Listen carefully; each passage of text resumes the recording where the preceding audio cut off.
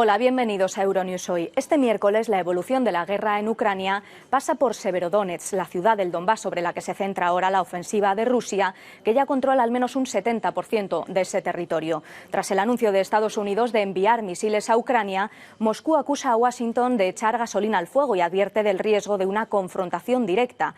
Desde la Unión Europea, el canciller alemán Olaf Scholz ha prometido suministrar un moderno sistema de defensa aérea a Kiev para protegerse de los bombardeos. Y sobre la protección de la propia Europa, mientras Dinamarca decide si acerca su política de defensa a la del club comunitario, en la UE ha costado llegar a un acuerdo sobre el embargo de petróleo ruso. Enseguida verán todos los detalles. Antes les acercamos estas imágenes, el paso devastador del huracán Ágata por el Pacífico. La peor parte se la ha llevado el sur de México, donde al menos 10 personas han perdido la vida. Y este fenómeno deja además una alerta. Nunca antes había tocado tierra en esta zona un huracán en un mes de mayo. La temporada se ha adelantado, lo que hace temer que las próximas tormentas tengan también mayor intensidad de la que nos tienen acostumbrados. También en este informativo les traemos los primeros funerales de la matanza de Uvalde, una semana después del tiroteo que dejó 21 muertos en una escuela de Texas. Todo esto y más a continuación. Empezamos con los titulares. Dinamarca decide a través de referéndum si rompe su cláusula de no estar en la política de defensa de la Unión Europea. Preocupación en Washington ante el control institucional ruso generalizado en las zonas ocupadas de Ucrania, donde Moscú ha simplificado la solicitud de la ciudadanía rusa. Fin del encierro en la ciudad china de Shanghái tras 2 meses de estricto confinamiento en el marco de la estrategia cero COVID. Nicaragua ilegaliza 83 ONGs por no registrarse como agentes extranjeros, entre ellas la casi centenaria Academia Nicaragüense de Lengua. Dinamarca decide si elimina su cláusula de exclusión de la Unión Europea en materia militar. Podría ser un cambio histórico en su política de defensa. Todo depende del resultado del referéndum que este miércoles celebra el país. Se trata de una cláusula que impide que Dinamarca participe en las misiones militares de la Unión Europea. La consulta se promovió después de que Rusia invadiera Ucrania, y justo este miércoles la estatal rusa Gazprom ha cortado por completo el suministro de gas a Dinamarca. No solo Dinamarca, también diferentes países europeos se replantearon sus políticas de seguridad. De hecho, la votación se produce después de las solicitudes históricas de entrar en la OTAN de sus vecinas, Finlandia y Suecia. Según el último sondeo de opinión del 31 de mayo, el 44% votaría sí a quitar la exclusión. El 28% se posicionaría en contra, mientras que el 19% aún no sabía por qué opción decantarse. Las fuerzas rusas han tomado el control de la mayor parte de la ciudad de Severodonetsk, situada al este del país, pero aún no han logrado rodearla, según Ucrania. El gobernador de la región ucraniana de Lugansk apunta que continúan los intensos combates en la ciudad y en sus alrededores. También se ha advertido a los civiles que no salgan de los refugios después de que, al parecer, un tanque de ácido nítrico fuera alcanzado por un ataque aéreo ruso en una planta química a las afueras de la ciudad. Fotografías como esta mostraban una enorme y densa nube rosa que se elevaba en el cielo. Según el mando del Estado Mayor ucraniano, toda la infraestructura crítica de la ciudad está destruida y el 60% de los edificios de viviendas no se pueden recuperar. El 90% está dañado. Mientras, en la región vecina de Donetsk, el gobernador ha instado a las personas que permanecen en la zona a huir y salvar sus vidas, al tiempo que mueren más civiles en los bombardeos. En la ciudad de Sloviansk murieron al menos otros 3 civiles y 6 heridos en un ataque con misiles. En su discurso nocturno, el presidente de Ucrania, Volodymyr Zelensky, afirmó que las fuerzas militares del país lograron algunos éxitos cerca de Gerson y en algunas partes de la región de Kharkov, pero que la victoria de Ucrania depende del suministro de artillería moderna. Estados Unidos ha anunciado que enviará sistemas de misiles más avanzados a Ucrania. Según fuentes del gobierno, en el nuevo paquete de armas valorado en $700 millones se incluye un sistema de misiles de largo alcance que no se empleará contra territorio ruso. Entre tanto, un primer buque de carga ha podido abandonar con escolta el puerto de Mariupol, ahora controlado por los rusos. Al parecer transportaba cargamento de metal y se dirigía a Rusia. Ucrania ha acusado a Moscú de robo. Moscú simplifica los trámites para solicitar la ciudadanía rusa a los residentes de las regiones ucranianas ocupadas de Gerson y Zaporilla. El Departamento de Estado estadounidense ha expresado su preocupación al ver en este proceso un paso previo a la anexión rusa de Jersón y Mariúpol como parte clave de un corredor terrestre desde el Donbass hacia Crimea. Seguimos preocupados por los pasos que está dando Rusia para institucionalizar el control sobre el territorio soberano de Ucrania, en particular en la región de Jersón. El Kremlin probablemente está sopesando opciones como el reconocimiento de una supuesta república popular, como hizo por la fuerza en Donetsk y Lugansk, o incluso un intento de anexión, como hizo en Crimea. En las regiones ocupadas durante la invasión, los partidarios de Moscú formaron administraciones prorrusas, anunciando la transición a los pagos en rublos y organizaron la distribución de tarjetas SIM de operadores de telecomunicaciones rusos. La administración prorrusa de Jersón asegura que la región podría pasar próximamente a formar parte de la Federación Rusa. Según la agencia TASS, se espera que las decisiones claves sobre esta cuestión se tomen antes del 12 de junio, día en que se celebra la Fiesta Nacional de Rusia. Avanzan los procesos por crímenes de guerra en la invasión rusa de Ucrania. La Corte Penal Internacional abrirá delegaciones en Kiev, Estonia, Letonia y Eslovaquia. Se han unido al equipo conjunto de investigación que coordinará el intercambio de pruebas a través de Eurojust, la agencia de cooperación judicial de la Unión Europea. Aumenta el número de casos que instruye la fiscal general de Ucrania, Irina Benediktova. En Ucrania hay cerca de 15.000 casos, solo sobre crímenes de guerra. Piénsenlo, mañana tendremos 200 o 300 más. Ahora en esta categoría de casos tenemos cerca de 80 sospechosos, 80 personas a las que podemos empezar a procesar. Ucrania ya ha juzgado a 3 soldados rusos por crímenes de guerra. Este martes, 2 de ellos han sido condenados a 11 años y medio de cárcel por bombardear edificios civiles en la región de Kharkov, el primer día de la invasión. Ambos se declararon culpables. A principios de mes, otro soldado ruso fue condenado a cadena perpetua por matar a un civil que iba en bicicleta. El presidente del gobierno español, Pedro Sánchez, ha ofrecido más detalles sobre el acuerdo que han llegado los líderes europeos en la cumbre celebrada en Bruselas. Sobre la crisis de la energía, Sánchez destacó que la Comisión Europea dice estar de acuerdo en financiar la expansión de las interconexiones de gas de la península ibérica con el mercado europeo, lo que representaría, según él, una gran oportunidad para España. También defendió la posición de Francia y Alemania de mantener el diálogo con Putin. La posición del Gobierno de España ha sido siempre la misma.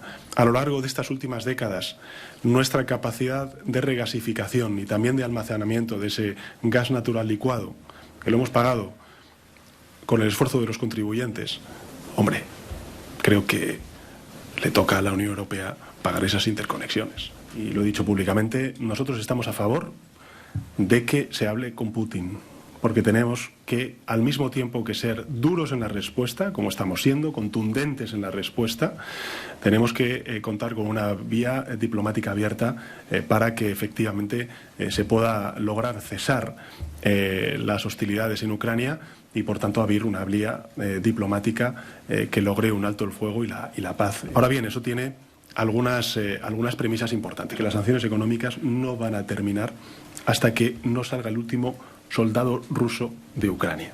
Gracias.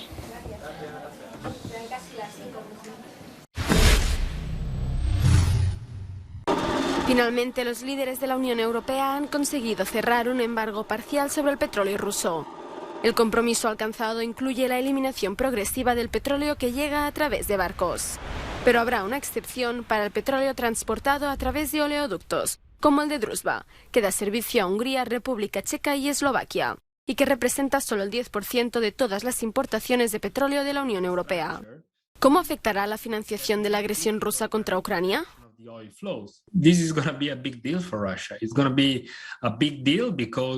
Va a ser un gran problema para Rusia, porque no será tan fácil sustituir el mercado europeo por otros compradores.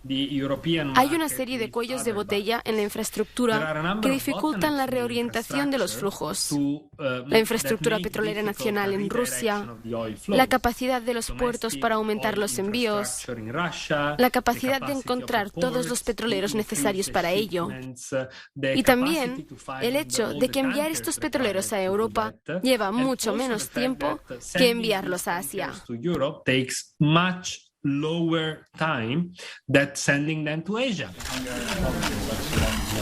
Ha sido necesario casi un mes para conseguir un acuerdo y ha habido varias voces en contra, como la de Hungría. El país liderado por Viktor Orbán ha negociado con éxito una excepción indefinida al petróleo por oleoducto, algo de lo que también se beneficiarán Polonia y Alemania hasta finales de año, y que ha levantado varias críticas. Alemania ha hecho un gran trabajo para librarse de la dependencia del petróleo ruso. Y por eso esperábamos que el cese de las importaciones de petróleo ruso fuera inmediato. Algunos decían que a finales de verano. Y ahora es a finales de año.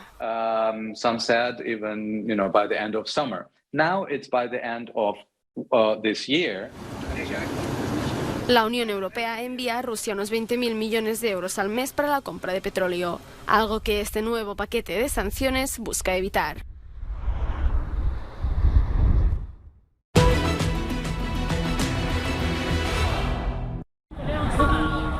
Cuenta atrás para la libertad. En Shanghái, una multitud se reunió a lo largo de la icónica zona ribereña cuando el reloj marcó la medianoche, marcando así la reapertura de la mayor ciudad de China el miércoles, tras 2 meses de encierro por la COVID-19. La megalópolis de más de 25 millones de habitantes sale de su prolongado aislamiento bajo las férreas restricciones aplicadas por las autoridades chinas. He venido al río Huangpu con mi familia para celebrar el levantamiento de las restricciones. Espero que no vuelva a haber una situación así y que en el futuro no dejemos que la pandemia afecte a nuestras vidas, decía este residente. Shanghái vuelve poco a poco a la normalidad. Respecto a los más de 20.000 casos diarios en abril, este lunes la ciudad registró apenas una treintena de contagios, tras aplicar la estrategia de cero COVID. Sin embargo, 500.000 de personas de una zona de la ciudad permanecerán confinados todavía hasta que no haya casos en sus distritos.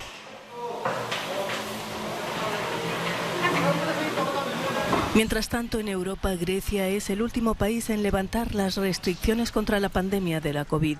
A partir del 1 de junio se suprime el uso de mascarillas en la mayoría de los lugares, excepto en el transporte público, los hospitales y los centros de atención a personas mayores. El gobierno griego ha confirmado que a partir de este 1 de junio las mascarillas no serán obligatorias en los aviones ni en los lugares públicos, una decisión que se produce tras el anuncio de la UE de suprimir este requisito en los aeropuertos. Sin embargo, la recomendación sobre el uso de la mascarilla difiere entre los diferentes Estados miembros, dependiendo de la aerolínea y del país de procedencia y destino. Una jornada de protesta se vivió este martes en la localidad marroquí de Castillejos. Al menos un centenar de trabajadores exigieron a las autoridades españolas que se les permitiera cruzar a Ceuta sin necesidad de visado, tal y como ocurría hace 2 años antes del cierre de la frontera. Por ahora solo pueden cruzar los residentes de la UE, personas con visado europeo o trabajadores marroquíes que tengan un contrato en vigor en Ceuta o Melilla. Sadia El Ouari perdió su trabajo tras el cierre y asegura que no podrá encontrar uno nuevo si no se le permite el paso. El visado es para Europa y no para este caso. Yo veo Ceuta desde mi terraza. Somos vecinos. Esto no puede ser posible porque es como si necesitaras un visado para ir a casa. Se suponía que íbamos a volver hoy 31 de mayo, tal y como nos indicó el ministro del Interior de España, Fernando Grande Marlaska. Según él, los trabajadores debían entrar este martes en Ceuta, pero para nuestra sorpresa se nos prohibió cruzar la frontera. La razón es que se necesita un visado para cruzar. La protesta coincide con la segunda fase de la apertura de los pasos entre Marruecos y las ciudades españolas, en la que se ha añadido el paso de los trabajadores transfronterizos este martes. Se desconoce si España y Marruecos llegarán a un acuerdo para reimponer la exención de visado, luego de haber superado aparentemente la crisis diplomática entre ambos. Las más afectadas son las mujeres, que trabajan como empleadas del hogar o como porteadoras, dedicadas al tráfico irregular de mercancías y que nutrían la economía local marroquí. Nicaragua ilegaliza 83 ONGs, entre ellas la Academia Nicaragüense de la Lengua, que tiene más de 94 años de historia. El gobierno la acusa, al igual que al resto, de no registrarse como agente extranjero. Sus actuaciones han obstaculizado el control y vigilancia de la Dirección General del Registro y Control de organismos sin fines de lucro del Ministerio de Gobernación al no cumplir con las leyes que les rigen y regulan. Desde finales de 2020, una ley obliga a organizaciones de la sociedad civil y personas jurídicas que reciben fondos del exterior a registrarse como agentes extranjeros y a rendir cuentas. El gobierno la elaboró porque cree que emplean los fondos recibidos para intentar un golpe de Estado con apoyo de Estados Unidos. Sin embargo, desde la academia rechazan el señalamiento, consideran que se quiere confiscar las instituciones y recuerdan que su labor es contribuir con sus investigaciones al diccionario de lengua española. Es una lástima la encarcelación de ella porque sabemos perfectamente que esta organización sin fines de lucro ha apoyado a un sinnúmero de jóvenes especialmente. Con esta nueva tanda, el gobierno de Ortega suma ya más de 300 entidades canceladas desde 2018, cuando se produjeron unas protestas antigubernamentales que dejaron más de 355 muertos y miles de exiliados, según la Comisión Interamericana de Derechos Humanos. Ágata, el primer huracán de la temporada en el Pacífico, deja al menos 10 muertos y 20 desaparecidos, además de numerosos daños materiales, tras tocar tierra en el sur de México. El ciclón, que se degradó a tormenta tropical en tierra, provocó la crecida de los ríos y su posterior desbordamiento, inundando la pequeña comunidad de San Isidro del Palmar. Ágata ha puesto en alerta máxima a 75 municipios en Oaxaca y en alerta naranja a unas 300 localidades de Oaxaca y Chiapas, estados del sur del país con alta población indígena. Ágata fue más prolongado y resultaron dañados todos los negocios aquí en la playa. Los equipos de emergencia trabajan para despejar las carreteras bloqueadas en una franja de playas turísticas y pueblos pesqueros del sur de México, como Mazunte, donde los vecinos hacen recuento de los daños ocasionados por el ciclón. Es el huracán más fuerte jamás registrado en tocar tierra en el mes de mayo en el Pacífico Oriental, donde se reportaron fuertes vientos e intensas lluvias. Este miércoles 1 de junio se inicia oficialmente la temporada de huracanes en el Atlántico y, según todos los pronósticos, estará en cantidad de ciclones por encima del promedio. En este féretro está el cuerpo de Amerí Jo Garza. Tenía 10 años y fue asesinada hace una semana junto a otros 18 compañeros y 2 maestras en la escuela primaria de Ubalde. Amerí es la primera víctima de este tiroteo llevado a cabo por un exalumno de 18 años en ser enterrada. Amerí acababa de recibir un teléfono móvil por su 10º cumpleaños. Una de sus amigas dijo que intentó utilizar el teléfono para llamar a la policía durante el asalto. Otra niña, Maite Yureana Rodríguez, también de 10 años, fue enterrada posteriormente. Como ellas, la mayoría de las víctimas no tenían más de 11 años. Los funerales coincidieron con un nuevo tiroteo este martes en otro centro escolar estadounidense. En esta ocasión, en una universidad de Florida, en el transcurso de una ceremonia de graduación de estudiantes de secundaria. Al menos una mujer murió y 2 hombres resultaron heridos. La isla griega de Ítaca, patria del homérico Ulises, se enfrenta a un grave problema de contaminación marina. Por segundo año consecutivo, las ONG Healthy Seas y Ghost Diving han emprendido la limpieza del fondo marino. Hace 10 años cerraron 2 piscifactorías después de 20 años de actividad. Los propietarios abandonaron la isla y abandonaron también las redes de plástico y el resto de equipos. Nos enfrentamos a algo que nunca habíamos visto antes, un crimen medioambiental trágico e impactante. Hasta ahora nos hemos centrado en las redes fantasma, las llamadas redes de pesca perdidas o abandonadas accidentalmente que siguen capturando vida marina después de haberse perdido. Aquí nos hemos enfrentado al fenómeno llamado granjas fantasma, instalaciones agrícolas enteras abandonadas. Durante muchos años nadie se interesó por esta contaminación. Ningún gobierno, ningún ministro de Medio Ambiente ha pedido a las 2 empresas que limpien el mar. Unos cuantos vecinos publicaron fotos submarinas en las redes sociales e informaron a la ONG Healthy Seas, que decidió actuar. Los retos de este proyecto son el peso y la cantidad de las redes de pesca. Son muy grandes. Tenemos que arrastrarlas de 20 a 35 metros de profundidad. El levantamiento en sí no es peligroso, pero es mucho trabajo en equipo porque la red es enorme. Hay que tener mucho cuidado para que no se rompa y vuelva a bajar. En el verano de 2021 muchos vecinos dudaban y desconfiaban de los voluntarios extranjeros. El año pasado se retiraron 76 toneladas de basura marina del mar y de la costa de la isla. Además de la limpieza, el objetivo de la acción de este año es formar a los pescadores, a los vecinos y a los visitantes para reducir la catastrófica contaminación del fondo marino griego. Con el tiempo, las redes de plástico se descomponen y envenenan a los peces.